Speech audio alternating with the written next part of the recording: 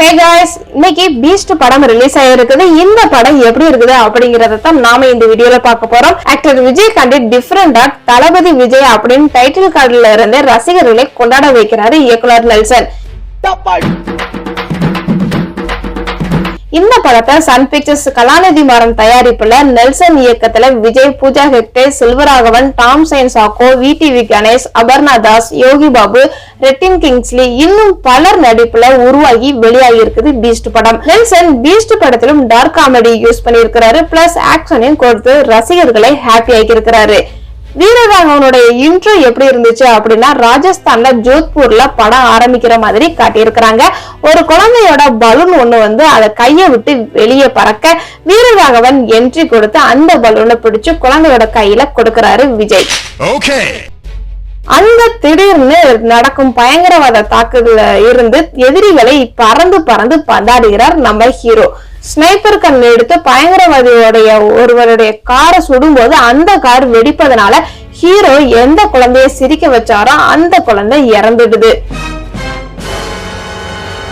வீரராகவன் டல்லா இருக்கும் போதும் அப்செட் ஆகும் இடத்துல பீஸ்ட் அப்படின்னு டைட்டில போட்டு படத்தை ஆரம்பிக்கிறாங்க. படத்தை ஆரம்பிக்கும் இடத்துலயே இயக்குனர் நெல்சன் தியேட்டர்ல கைத்தட்டல்களை வாங்குறாரு. இந்த சீனும் பீஸ்ட் படத்துல மட்டும் இல்ல, இன்னொரு படத்துலயும் இருக்குது. அது எந்த படம் அப்படிங்கறத கமெண்ட் பாக்ஸ்ல கமெண்ட் பண்ணுங்க. அந்த படத்துலயும் பஸ் பாம்பு பிளாஸ்ட்ல ஆயிடும். விஜய் பள்ளி குழந்தைகளை காப்பாற்ற முடியாம ரொம்பவே நினைச்சு ஃபீல் பண்ணுவாரு. இந்த சீனு எந்த படத்துல வரும் அப்படிங்கறத கமெண்ட் பாக்ஸ்ல கமெண்ட் பண்ணுங்க. அடுத்ததா நெல்சன் டைரக்ஷன் எப்படி இருக்குது அப்படிங்கறத பாப்போம். கோலமாவு கோகிலா, டாக்டர் படங்களை போலவே பீஸ்ட் படத்திலும் காமெடிக்கு பஞ்சமே இல்லைன்னு சொல்லணும். அந்த குழந்தை இறந்ததுக்கு அப்புறம் மட்டும் ராணுவத்துக்கு மேல இருக்கிற நம்பிக்கை இழந்து ராணுவத்துல இருந்து வெளியே வந்துடுறாரு நம்ம ஹீரோ.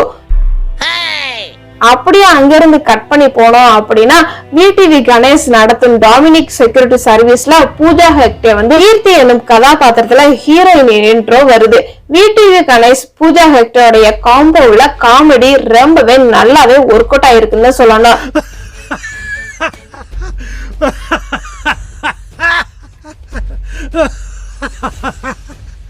நம்ம ஹீரோ தான் ராணுவத்துல இருந்து வந்துட்டாருல, அதுக்கப்புறம் என்ன பண்றாரு அப்படின்னா செக்யூரிட்டி வேலைக்கு ஜாயின் பண்றாரு.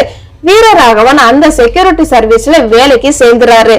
அங்க இருந்து அப்படியே கட் பண்ணணும் அப்படின்னா மால் ஹைஜாக் சீன் நடக்குது.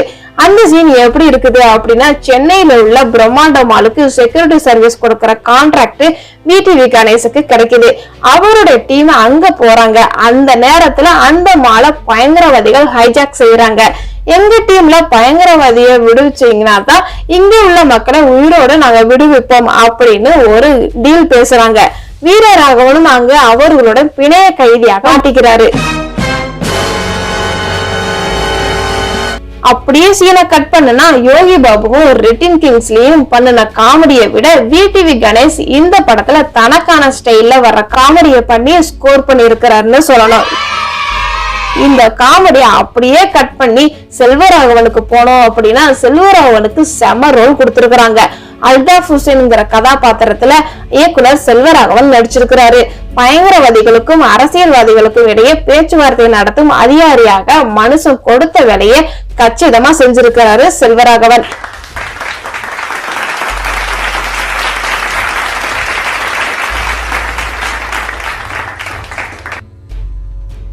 இந்த பீஸ்ட் படத்துல போக்கிற வைப்பு கொஞ்சம் கொஞ்சம் வந்துட்டு போகுது. அது எந்தெந்த சீனா அப்படிங்கறத இப்ப நம்ம பாப்போம்.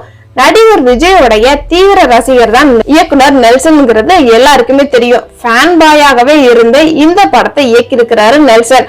போகிற படத்துல இடியே விழுந்தாலும் பெரிய அளவுக்கு உணர்ச்சியை வெளிப்படுத்தாத கதாபாத்திரம் தான் வீரராகவனுடைய கதாபாத்திரம் சொல்லணும். அதே போல இன்டர்வல் பிளாக்ல வரும் ஒரு வாட்டி முடிவு பண்ணிட்டுனா என் பேச்ச நானே கேட்க மாட்டேன் அப்படிங்கிற சீனை ரசிகர்களை திரும்பவும் ரசிக்க வச்சிருக்குது.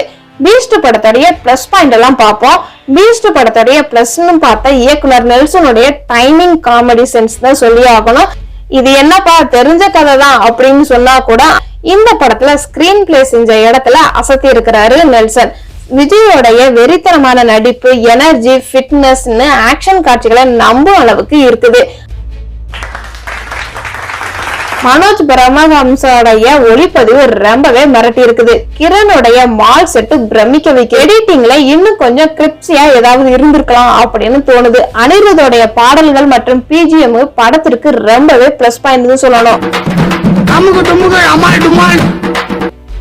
இந்த படத்தோடைய மைனஸ் பாயிண்ட் என்னன்னு பார்ப்போம். ஈஸ்ட் வீரராகவனுடைய ஒரு சில இடங்கள்ல போக்கிரி தமிழை ஞாபகப்படுத்துவது படத்தோடைய மைனஸாவே தெரியுது. ஆனா மாஸ்டர் படத்துல கில்லி எஃபெக்டை ரசிகர்கள் கொண்டாடியது போலவே வீரராகவனுடைய மேனரிசத்தையும் கொண்டாடுறாங்க. பயங்கரவாதிகளில் ஒருவனாக இருக்கும் தாம்சைன் சாக்கோ வில்லனாக மிரட்டுவார்னு ஆடியன்ஸ் நினைச்சுக்கிட்டு இருந்தா அவரே விஜய்க்கு ஹெல்ப் பண்ற மாதிரியே இருக்குது. அந்த சீனு செம ட்விஸ்டாக இருந்தாலும் படம் நகர்த்துறதுக்காண்டியே ஒரு சில சீனை வச்சிருக்கிறாங்க போலங்கிறதும் தோணுது. ஏற்கனவே எதிர்பார்த்ததை போலவே டாக்டர் படத்தையும் தொடர்ந்து பீஸ்ட் படத்திலும் சீரியஸான சீன்களுடன் டார்க் காமெடியை வச்சு இயக்குனர் நெல்சன் நிறைய மதிப்பெண்களை பாஸ் ஆயிருக்கிறாரு. இந்த படத்துல லாஜிக்கலா மேஜிக் இருக்கா அப்படின்னு கேட்டா கண்டிப்பா இருக்குன்னு சொல்லணும். சிவகார்த்திகனுடைய டாக்டர் திரைப்படத்துடைய கதைக்களமும் பழைய கதை தான். ஆனா அந்த இடத்துல ஸ்கிரீன் பிளே நல்லாவே உட்கார்ந்துருக்கும். அதே மாதிரி இந்த பீஸ்ட் படத்துலயுமே கிளைமாக்ஸ் காட்சிகள்ல விஜய் பண்ற ஒரு சில வித்தியாசமான சம்பவம் லாஜிக்கலா மேஜிக்கா தான் சொல்ல தோணுது. இந்த வீடியோ உங்களுக்கு பிடிச்சிருந்துச்சுன்னா லைக் பண்ணி கமெண்ட் பண்ணி ஷேர் பண்ணுங்க. இந்த மாதிரி இன்ட்ரெஸ்டிங்கான மூவி வீடியோஸ் இன்னும் நீங்க தெரிஞ்சுக்கணும் அப்படின்னா நம்மளோட சேனலை சப்ஸ்கிரைப் பண்ணி அதுக்கு பக்கத்துல இருக்கிற பெல் ஐகானையும் கிளிக் பண்ணுங்க. Tata bye bye.